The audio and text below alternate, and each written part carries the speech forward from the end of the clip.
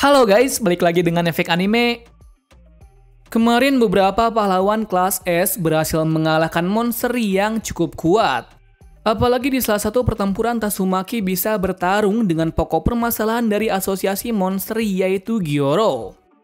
Berbeda dari mereka semua, Saitama malah tidak sengaja bertemu dan membunuh Orochi, sang Raja Iblis. Tapi sebelum kita menuju topik utama, jangan lupa untuk klik subscribe dan nyalakan lonceng notifikasinya agar selalu mendapatkan update seputar alur cerita anime dari kami. Dan berikut alur cerita One Punch Man Season 3 versi manga part 4 versi Efek Anime.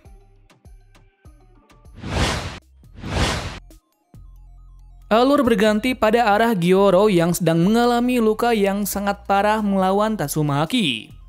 Dalam keadaan yang terdesak tersebut, ia melihat fakta yang sangat mengejutkan, yakni Orochi telah dibunuh oleh seseorang. Ia menduga kalau itu adalah perbuatan dari King, mengingat sebelumnya King berada di sekitar sini. Padahal yang terjadi, King hanya ingin menghindari monster berbahaya di sini. Lanjut dari sisi Tatsumaki yang mendengar semua perkataan dari Gyoro, bahwa yang menghabisi raja monster adalah King. Tahu hal tersebut, Tatsumaki pun akan membunuh Gyoro untuk menyelesaikan hal ini dengan sekejap. Sementara di sudut Fubuki, Feng dan Bom yang mendeteksi aura kekuatan dari Tatsumaki terhenti sebentar. Lantaran Tatsumaki tidak bisa menggunakan kekuatan seperti itu. Jadinya mereka bergegas ke sana untuk melihat situasi yang terjadi. Sudut yang lain saat mencari tempat teraman, King malah bertemu dengan Waganma yang meminta pertolongan. King yang tidak ingin berurusan dengan siapapun menggunakan aura mengerikan darinya untuk mengusir Waganma agar memilih pahlawan lain. Tapi ternyata itu bukanlah Waganma, melainkan monster yang menyerupainya. Atas kekuatan dari King, akhirnya monster itu pun menjadi lendir karena ketakutan. Seperti yang diketahui, King kebingungan dengan apa yang terjadi. Yang pasti, ia harus cepat menemukan Saitama agar ia bisa aman. Scene berganti dari sisi Lion dan kelompoknya yang berhasil mengalahkan Longhair dengan susah payah. Dari situ juga mereka baru menyadari kalau mereka belum cukup kuat. Berbeda dari gurunya yang mungkin bisa mengalahkan monster ini dengan cepat. Benar saja, Atomic sudah beberapa kali menebas monster yang ada di sini. Sayangnya, ia merasa bosan hanya dengan melawan kroco-kroco. Kemudian baru muncul sosok yang cukup tangguh yaitu G5. Melihatnya, Atomic Samurai sangat tertarik lantaran akan mendapatkan musuh yang kuat. Akan tetapi setelah bertarung malah ia merasa bosan lagi, lantaran G5 hanya meniru gerakan dan mempercepat saja. Dengan kekuatan tersebut akhirnya Atomic menebasnya hingga menjadi beberapa bagian. Sialnya, ia tidak berhasil menebas inti dari mesin ini dan membiarkannya kabur. Sisi lainnya, Child Emperor yang sudah mengalahkan semua musuh pergi secara diam-diam bersama Waganma. Sampai akhirnya mereka tiba di permukaan dengan selamat. Mengetahui hal itu, semua sangat senang lantaran misi ini telah usai. Kabar baiknya, semua pahlawan yang di dalam telah mengatasi beberapa monster di sana. Di dalam kabar baik ada kabar buruk juga, yang mana Atomic menemui seorang anak yang tidak diketahui. Mendengar hal itu, Child Emperor sangat terkejut lantaran ada anak lainnya yang masih disandra. Dengan adanya hal itu, Child Emperor kembali ke bawah tanah untuk menyelamatkan anak tersebut. Mengingat ini adalah kewajiban dari pahlawan. Berlanjut dari Atomic Samurai yang berhadapan dengan monster yang bernama Black Sperm. Diketahui di sana Sperm sedang mengincar anak itu. Jadi mau tidak mau Atomic harus melawan monster tersebut. Naasnya Sperm adalah monster yang sangat merepotkan.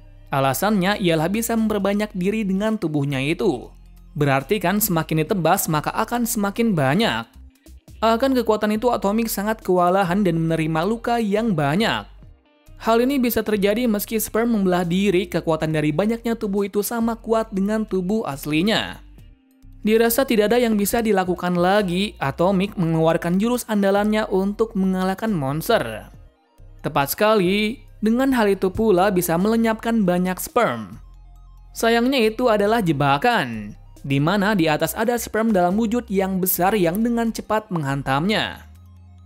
Dikala terkena serangan tersebut, Atomic terlihat kelelahan. namun juga memiliki ide yang bagus, yaitu menebas lantai agar menimbun monster tersebut. Sementara di bawah lantai tersebut, Zombie Man sangat terkejut dengan apa yang terjadi. Terkejutnya lagi, ada orang dari belakang yang dengan cepat menyerangnya.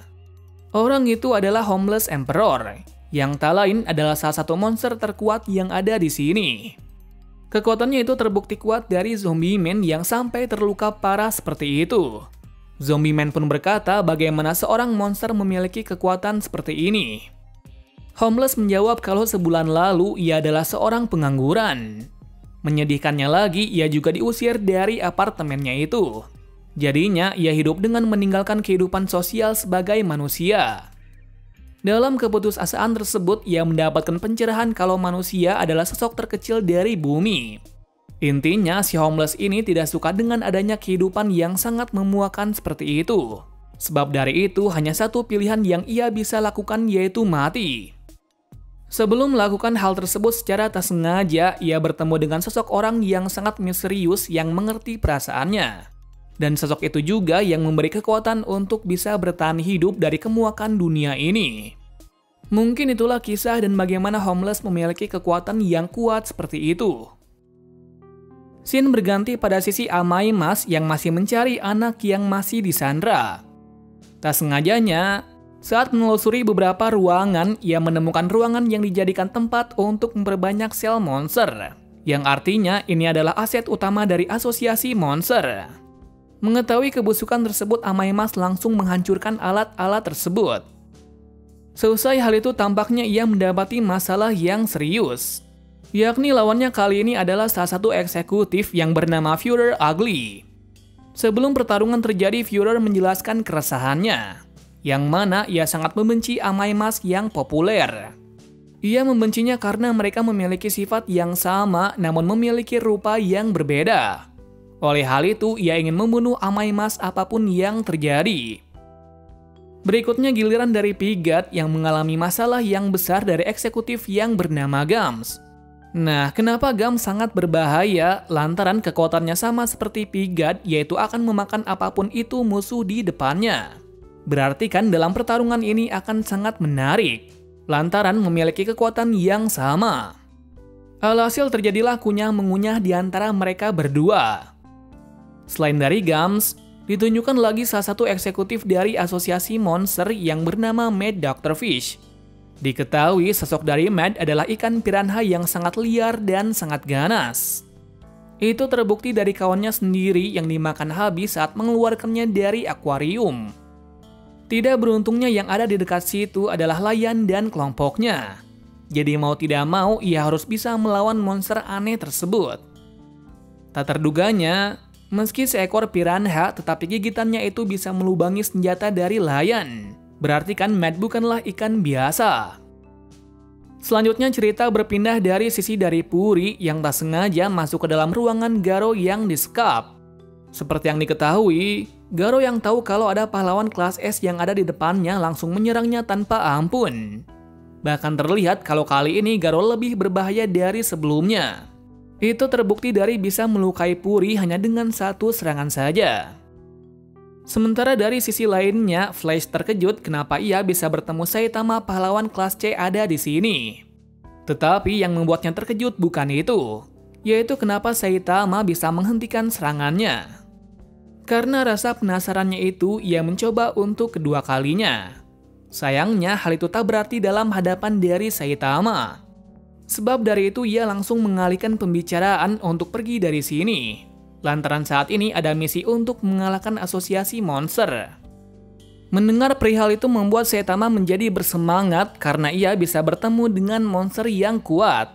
Jadinya ia memutuskan untuk mengikuti Flash untuk bisa bertemu monster tersebut. Padahal Saitama sendiri sudah mengalahkan bos dari asosiasi monster. Berpindah dari pahlawan kelas A yang di permukaan yang mengatasi monster yang lolos. Awalnya hal itu berjalan dengan baik tanpa ada kendala sekalipun. Tetapi tiba-tiba saja keadaan menjadi memburuk ketika ada salah satu monster yang sangat kuat datang. Tak lain adalah monster kucing atau bisa disebut sebagai Nyan. Bahkan di sini Nyan sendirian bisa mengatasi pahlawan kelas A dengan sangat mudahnya. Beruntungnya ketegangan itu terhenti dari datangnya Drive naik. Berarti kan kabar selama ini salah kalau Drive dikalahkan. Tanpa lama-lama Drive langsung bertransformasi ke bentuk kendaraan untuk bergerak dengan cepat. Mengingat lawannya kali ini sangat cepat. Buruknya meski Drive menggunakan beberapa transformasi yang lain yang bisa mengatasinya dengan masuk ke sela rongga-rongga. Dengan begitu Drive menyadari satu hal yang penting. Sebab itu sekarang ia masuk ke mode terkuatnya. Yap, tepat sekali kekuatan dari Zirah ini sangat kuat hingga tidak bisa dihancurkan. Tapi bukan hanya itu saja. Melainkan kekuatan utama dari transformasi ini adalah bisa merubah hawa tubuh menjadi sangat panas. Berarti kan meski Nyan menyelinap dalam tubuhnya akan langsung terbakar dengan cepat. Singkat cerita Nyan pun berhasil dikalahkan dan membuat keadaan menjadi normal kembali. Sebenarnya kemenangan dari Drive sendiri bukan kekuatannya saja, melainkan juga tentang hasil observasi yang ia lakukan. Tak lain sebelum bertarung dengan Nyan, ia sudah bisa mengetahui apa gaya bertarung dengan lawan. Berarti kan kalau sebelumnya ia telah menggunakan pahlawan kelas A untuk bisa mendapatkan hasil observasi itu. Memang yang dilakukannya tidaklah etis, tetapi itulah gaya pertarungan dari Drive naik. Kemudian Drive menjelaskan kenapa 2 hari ini tidak bisa dihubungi. Ternyatanya ia sedang mencari tahu tentang kekuatan musuh yang ada dalam asosiasi monster. Benar sekali, selama 2 hari ini ia mendapatkan hal yang sangat mengejutkan, yaitu asosiasi monster juga memiliki anggota yang sangat kuat. Selain dari masalah itu, Drive juga mengetahui siapa pengkhianat dari sisi pahlawan.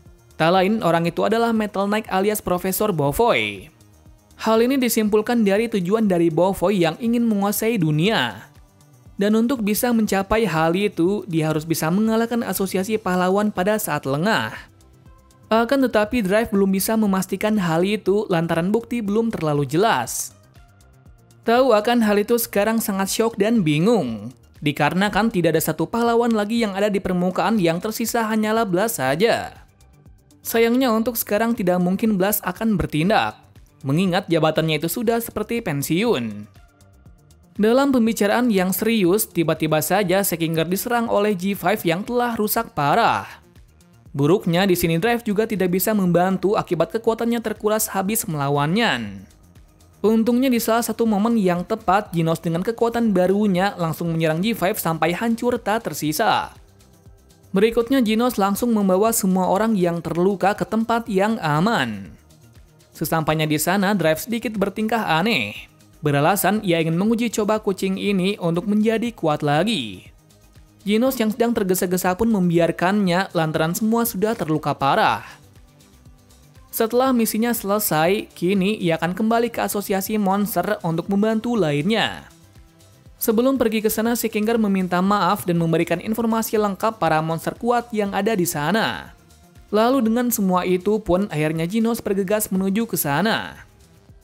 Pertarungan berganti dari sisi Garo dan Puri. Terlihat kalau di sana Garo bukanlah Garo sebelumnya. Hal itu terbukti bisa mengalahkan Puri dalam mode terkuatnya.